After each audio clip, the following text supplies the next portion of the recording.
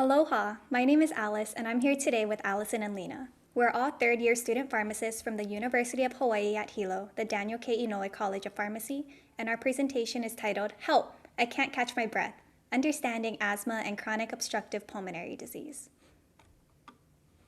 Our presentation will help answer the following questions. What is asthma and COPD? What causes the symptoms of asthma and COPD? How do you prevent problems from asthma and COPD? And lastly, how do you use the medications to help prevent problems from asthma and COPD?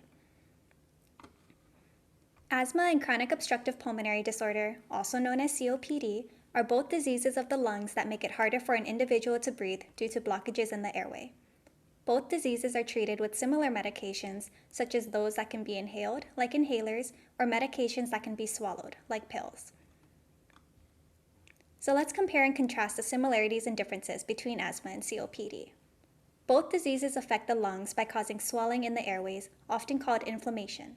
They also have similar symptoms, such as cough and shortness of breath, often referred to as dyspnea. However, with the similarities, they also have distinct differences. For example, asthma can occur at any age, while the onset of COPD usually occurs in individuals over 40 years of age. Asthma can be reversible, while COPD is progressive and irreversible. The triggers also vary, with most common for asthma being allergens, such as dust and pollen, while COPD is smoking.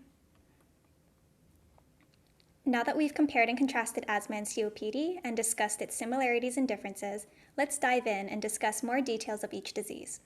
First, we need to briefly go over the parts of our lungs. Our lungs help us breathe and help us remove carbon dioxide and take in oxygen, which is needed for our bodies to function. Carbon dioxide is something that our bodies don't want and needs to be removed. Within the lungs are tubes called bronchioles that help move the air we breathe in, which is where we get oxygen, and then the tubes help us breathe out carbon dioxide. There are muscles around the bronchioles or the airways that cause the airways to tighten and open up as we need it. Asthma occurs when the muscle around the airways tighten and the lining of the airways becomes swollen or inflamed. About 11 people die from asthma every day. When the airways tighten or get smaller, it causes a person to wheeze, cough, or have shortness of breath and chest tightness. Chronic obstructive pulmonary disease is the fourth leading cause of death in the United States. COPD's most common cause is tobacco smoke. It is similar to asthma in that it causes difficulty breathing due to blockage of the airway. How COPD is different from asthma is that COPD also causes damage to the area of the lungs called the alveoli, which prevents the transfer of oxygen in the lungs, as shown in the picture. Common COPD symptoms include frequent cough, excess mucus production, shortness of breath, commonly abbreviated as SOB, that sometimes gets worse with exercise, abnormal decline in activity, and trouble taking a deep breath. COPD will get worse over time, and some people require the use of supplemental oxygen to help them breathe. Now that we learned about asthma and COPD, Alyson will tell you about how we can prevent problems and complications that can occur. Thank you, Alice. When a person has asthma or COPD, symptoms of coughing or being short of breath can occur at any time. Occasionally, a person may have frequent symptoms all of a sudden and at one time, which can cause difficulty breathing and does not improve on its own. This is called an exacerbation. If you experience a flare-up of symptoms, be sure to contact your doctor or seek medical attention right away. If you have not experienced an exacerbation and have asthma or COPD, talk to your doctor or healthcare provider to create a plan on what to do in case you do have one. Now let's discuss when someone should seek medical attention. If you're starting to feel like you're out of breath or having trouble breathing during normal day-to-day activities more than twice a month, contact your primary care physician as you may need to discuss treatment options to better manage your asthma or COPD.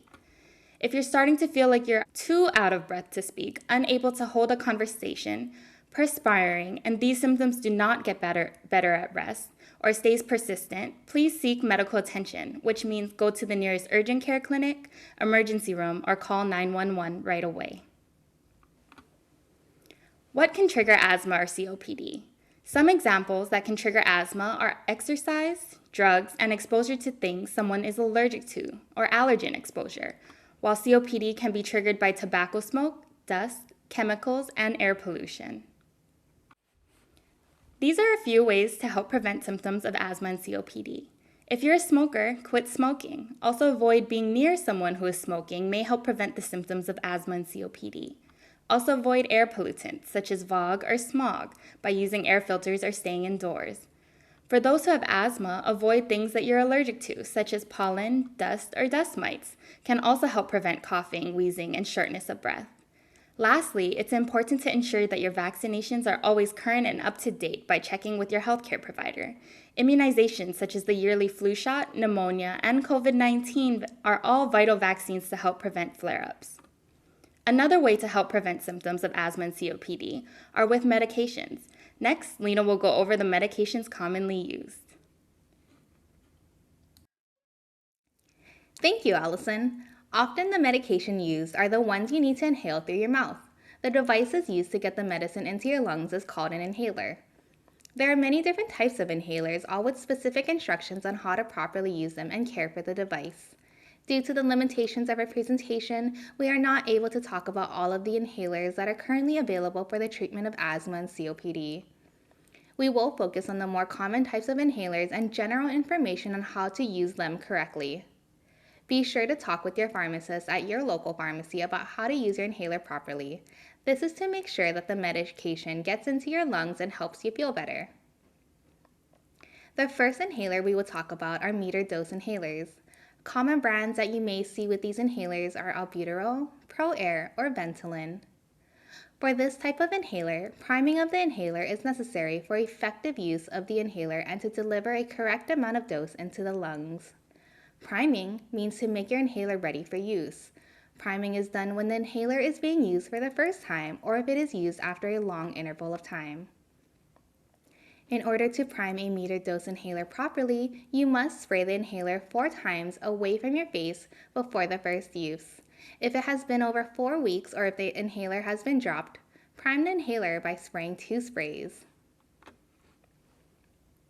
To ensure this medication is taken properly, press down on the canister while inhaling deeply and slowly through the mouth and hold your breath for as long as comfortably possible. If you're instructed to take another dose of the medication, wait 30 to 60 seconds between each dose. For a more in-depth, detailed demonstration on how to use your inhaler, please contact your pharmacist for more information. The next type of commonly used inhaler is a soft mist inhaler. Common brands that you may have seen include Combivent and Spiriva, to name a few. For this soft mist inhaler, the medication is in a canister and needs to be placed into the inhaler. The instructions on how to do so are in the bottom right of the slide. The clear cap will need to be removed and the canister is placed into the inhaler. Push the canister into place by placing it on a firm surface and pushing down firmly until you hear a snap. Next, the inhaler needs to be primed. This is done before the first use or if it has not been used for more than 21 days by spraying the inhaler towards the ground until a visible spray is seen. Then, spray 3 more times. If it has not been used for more than 3 days, spray the inhaler for 1 spray. To ensure you are taking this medication correctly, breathe out fully through the mouth, away from the inhaler. Please refer to the instructions on the right side of the slide. Put the mouthpiece in your mouth and tighten your lips around the end without covering the air vents. While inhaling deeply and slowly through the mouth, press the dose release button. Hold your breath as long as comfortably possible, up to 10 seconds. The last type of commonly used inhaler is a dry powder inhaler. Common brands that you may have seen include Advair Discus or Noro. Unlike the other inhalers, this inhaler does not need to be primed, therefore it can be used right away once it has been opened from the package. To ensure you are taking this medication correctly, breathe out fully through the mouth away from the inhaler. Put the mouthpiece between the lips and close the mouth firmly around it. Do not block the vents with the fingers. Breathe in deeply and slowly through the mouth. Remove the inhaler from the mouth and hold your breath for 3 or 4 seconds or as long as comfortably possible. Some people need to have more than one type of inhaler. If you are having any problems with using an inhaler or never used an inhaler before, please talk to your pharmacist.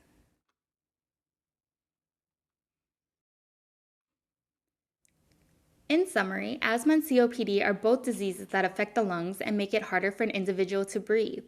Avoiding tobacco smoke, strong odors, and things you're allergic to like pollen and dust may help prevent shortness of breath, coughing, or wheezing.